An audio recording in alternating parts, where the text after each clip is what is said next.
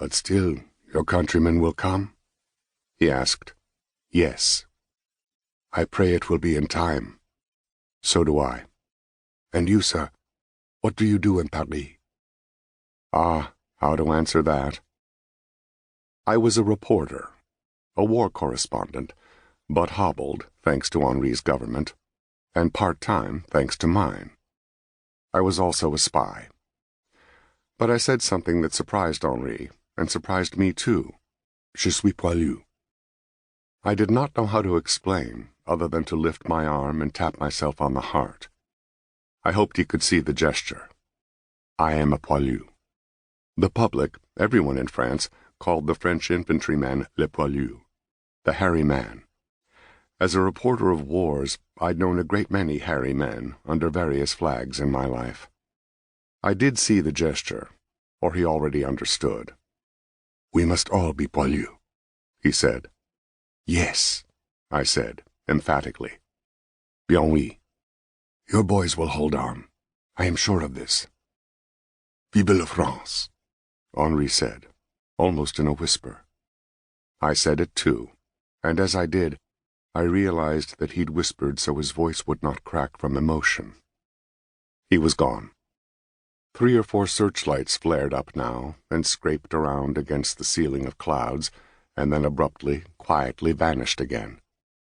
I knew the sound of Zeps, and there was none of that, only the buzz of the Nieuports. I drained what was left of my present bijou, and it burned its way up into my nose and all through my head.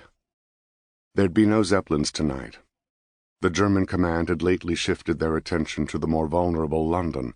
I knew something about all that. They'd even exerted a bit of influence on those operations during a challenging week at the end of August, when I'd no longer been Kit Cobb at all, but a man who existed only in phony documents and a scrim of lies, sneaking around Germany for my country's Secret Service.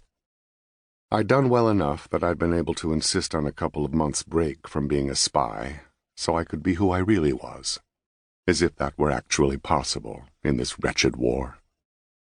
My own quiet cafe rant, as a war correspondent, had to do with one of the nasty advances of this so-called Great War, strictly codified censorship of the news, a parallel war against a free press.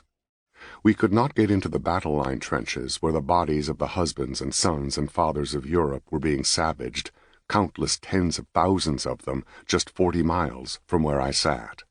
We could not even follow the battlefield advances and retreats until the events were reviewed and adulterated by the generals and the politicians, all in the name of public morale. At least I'd gotten clearance from the French War Office of muckety-muck press suppression to write what might become a decent story, might even get me close to the action, a feature on the American volunteers driving ambulances to and from the Western Front.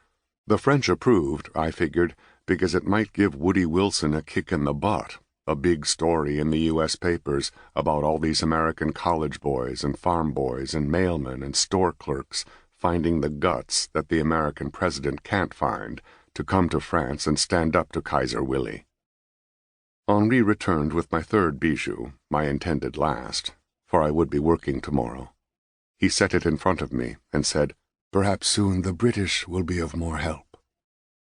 I thought I heard his subtext, since America won't likely be. But as clear-headed as Henri could be about us, he was buying the propaganda about the Brits.